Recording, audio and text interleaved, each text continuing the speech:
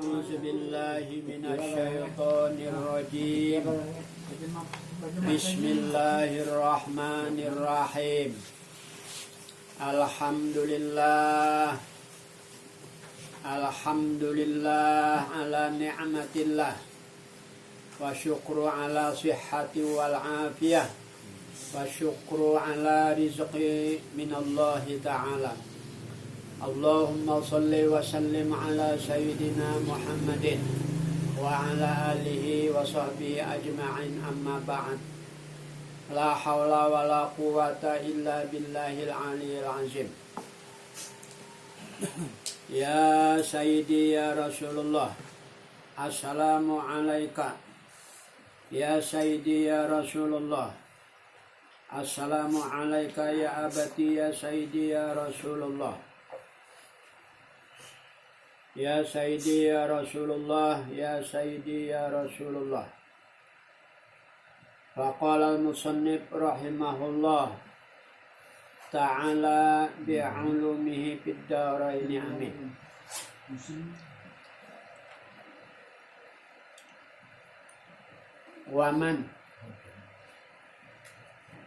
Waman ta'arrafa ilahi arrafa nafsahu. Artinya barang siapa diperkenalkan Allah kepadanya, niscaya dikenalnyalah akan dirinya. Jadi kalau Allah menghendaki mengenalkan dirinya kepada kita, maka kita kawalah mengenal dan tahu lawan diri kita, siapa kita. Siapa nang bajalan, siapa nang melihat, siapa nang berada, siapa nang begawi.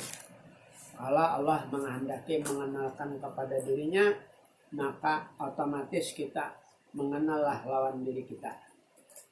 Waman arafa nafsahu faqad arafa rabbahu. Makanya barang siapa mengenal akan dirinya, niscaya ia mengenal akan Tuhannya. Secara singkat mengenal diri itu banyak pendapat ahli sufi. Yang sebenar-benarnya diri itu adalah roh. Ada juga yang berpendapat seperti itu. Dan sebenar-benar roh itu adalah nur. Sebenarnya nur itu adalah sifat Allah Subhanahu wa Ta'ala. Itulah yang dikatakan diri. Diri kita terbahagi dua. Ada yang dikatakan diri terdiri dan diri yang diberikan. Diri terdiri itu ialah roh. Nah, jadi cara orang bahari itu sukma raga. Sukma itu roh, raga itu batang tubuh mengkasar. Nah, jalur inilah yang disuruh oleh Rasulullah, mutu qabla anta mutu. Mati akanlah diri kamu sebelum kamu mati. Kalau kita mati, maka disinilah nampak Allah Subhanahu wa Ta'ala. Itu yang dikatakan mati ma'nawi. Karena mati itu ada beberapa macam. Pertama mati hisi. Mati hisi itu ampih bahinak. Jadi ampih beraktivitas awak kita nih, mata kada kau lagi melihat walaupun sampurna aja matanya, telinga sampurna aja, ada aja luangnya juga, tapi kenapa kada mendengar? Nah itu maksudnya. Batis sampurna aja, kenapa kada kau berjalan? Nah jadi mematikan diri ini hukum hakikat wajib, bukan sunat lagi. Wajib fardu ain kita mematikan diri kita. Hadisnya mutu qabla anta mutu. Matikanlah diri kamu sebelum kamu mati. Jadi yang kedua mati ma'nawi. Mati ma'nawi inilah yang dimaksud dalam ilmu ma'rifat kepada Allah. Yang ketiga mati syuri. Nah, mati syuri. Yang keempat adalah mati tabi'i. Mati tabi'i itu mati hawa nafsu. Arti nafsu itu adalah perhiasan. Jadi manusia ini kalau kada bisa nafsu sama malaikat. Jadi tidak ada program. Kada ada nang bangunan mewah, nang bakal nang hendak bagus-bagus kada ada. Manusia diberi nafsu, makanya bermaju maulah ala-ala canggih dan macam-macam. Karena apa? Karena ada punya nafsu. Nafsu itu adalah hiasan dalam bahasa Arab. Bahias, jadi kayak bebaju memilih habang hijau kuning. Kalau kita belah rumah, nah ada nafsu lalu nang hendak mewah-mewah. Kalau mencari istri, mencari yang cantik-cantik, itu namanya nafsu itu ingin berhias-hias. Nah, kalau malaikat tidak diberi nafsu, makanya kada bisa bininya, kada bisa makan, kada bisa minum, dan kada bisa tidur. Jadi kalau hanya diperintahkan sujud-sujud, tidak ada aktivitas yang lainnya, dan kada ada berencana untuk masa depan kada ada. Karena apa? Karena nafsunya itu kada ada. Manusia ini, makanya manusia itu yang sempurna, ada bisa nafsu, akal, dan lain sebagainya. Jadi manusia yang paling sempurna, paling mulia di antara makhluk adalah manusia tadi. Nah, lalu yang kita bahas di sini adalah mati maknawi. Jadi kalau mati ma'nawi itu Nabi ini menyuruh kita, kalau kamu hai sahabat tuh hendak melihat mayat berjalan, palyunzir Abu Bakrin, pandanglah Abu Bakar. Nah kenapa? Karena Abu Bakar ilmu mati tahu sidin. Makanya iman Abu Bakar itu saduniaan ditimbang nang alim nang wali. Lalu sabuah daun dacing iman Abu Bakar. Nah, ya toh barat iman Abu Bakar dikumpulkan seduniaan termasuk orang beriman nang saleh orang wali. Nah, kenapa? Karena beliau memakai ilmu mati tadi. Jadi setiap orang mati itu dikirim ke akhirat. Maksudnya dikirim ke alam barzah, ditanam di kubur. Arti alam barzah itu adalah salah satu bagian daripada akhirat barzah.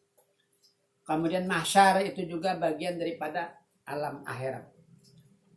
Jadi setiap kita mati berarti dikirim ke alam akhirat. Lalu gawiannya itu nilainya ibadah aja, amal akhirat.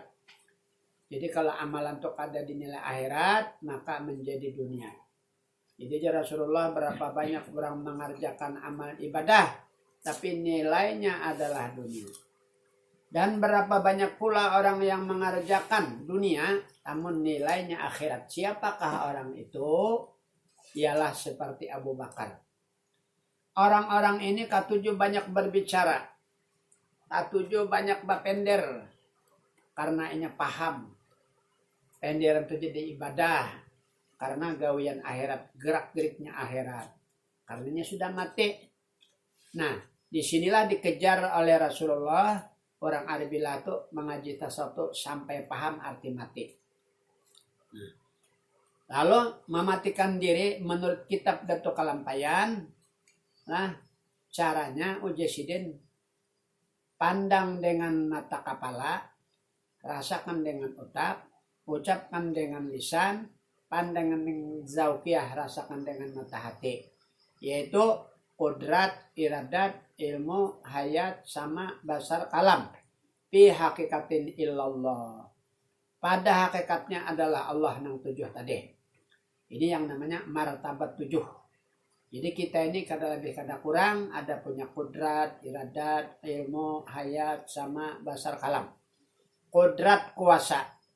Kuasa melihat, kuasa berjalan, kuasa berpindah, kuasa macam-macam. Nah, kemudian pulang bakahandak iradat. Bahasa Arabnya bahasa kita tuh bakahandak.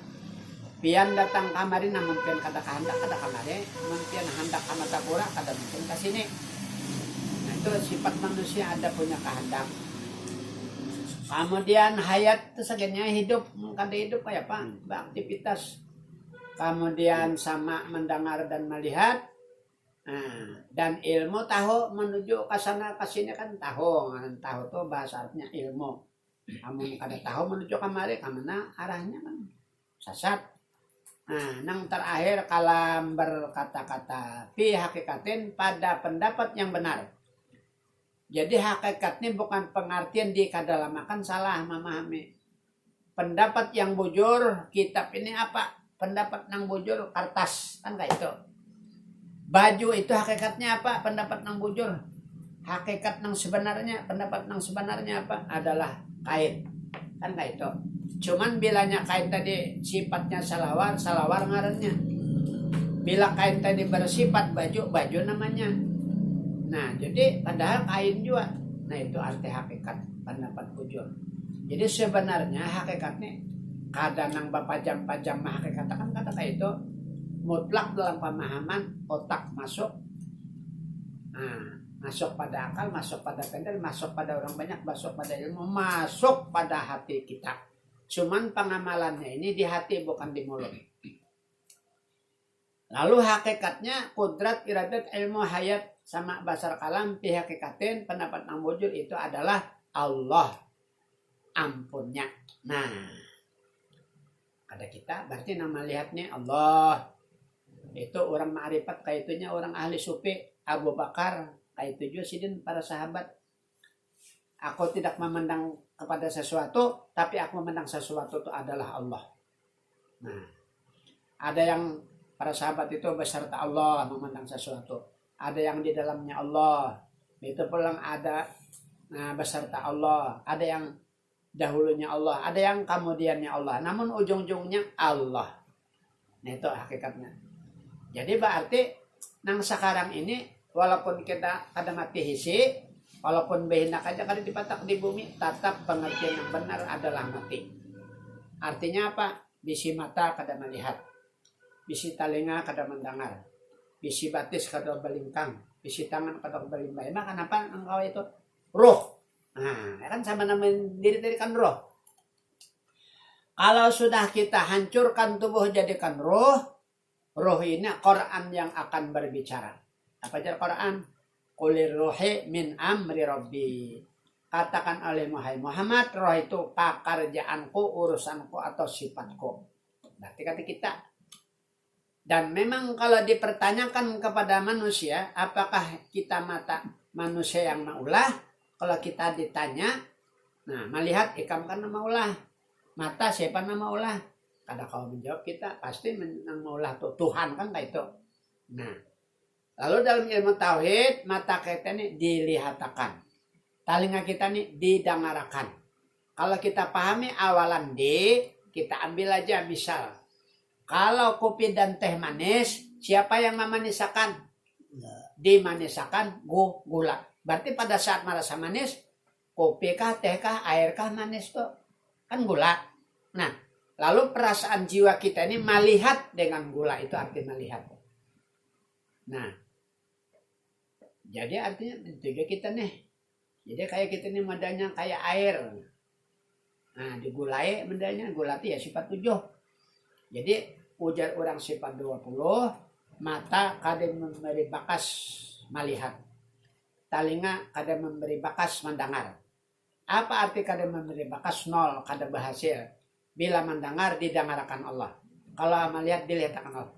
Berarti kalau hakikatnya itu jumlahnya, kalau dilihatkan berarti kada lihat kita kan kayak itu. Ambillah perkataan orang banyak ditolong aja. Kalau ditolong tuh kata kita juga. Orang tercebur di air, diangkit nang menolongnya. Jadi nang bagawi mangkitnya inyakah, nama angkat kah? Kan nama angkat. Nah itu arti ditolong. Aku menolongi banyu supaya manis ujar gula, aku caburi banyu tadi. Nah, matahari menolong dengan sinarnya. Sinarnya adalah pertolongan matahari, kan itu kasarnya. Nah, jadi arti tolong tuh jumlahnya ya Allah juga kalau dipahami. Nah, ini wajib memakai di dalam hati. Inilah yang dikatakan iman.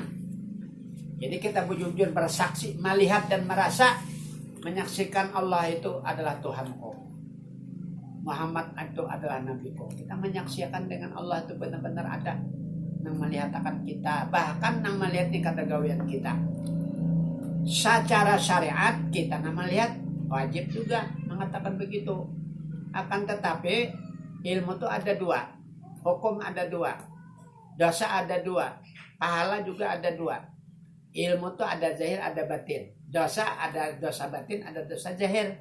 Amalan mintuja ibadah, ada ibadah zahir, ada ibadah batin. Salat mintuja sembahyang lahir, ada sembahyang batin kan kayak itu. Bahkan satu titik kesalahan batin lebih besar daripada satu gunung kesalahan zahir. Nah, jadi kita ini seakan-akan kada melihat karena nang bagawi tadi kan roh, nang punya sifat 6, 7 tadi roh ampunnya. Lalu tubuh kita ini dikuasai oleh roh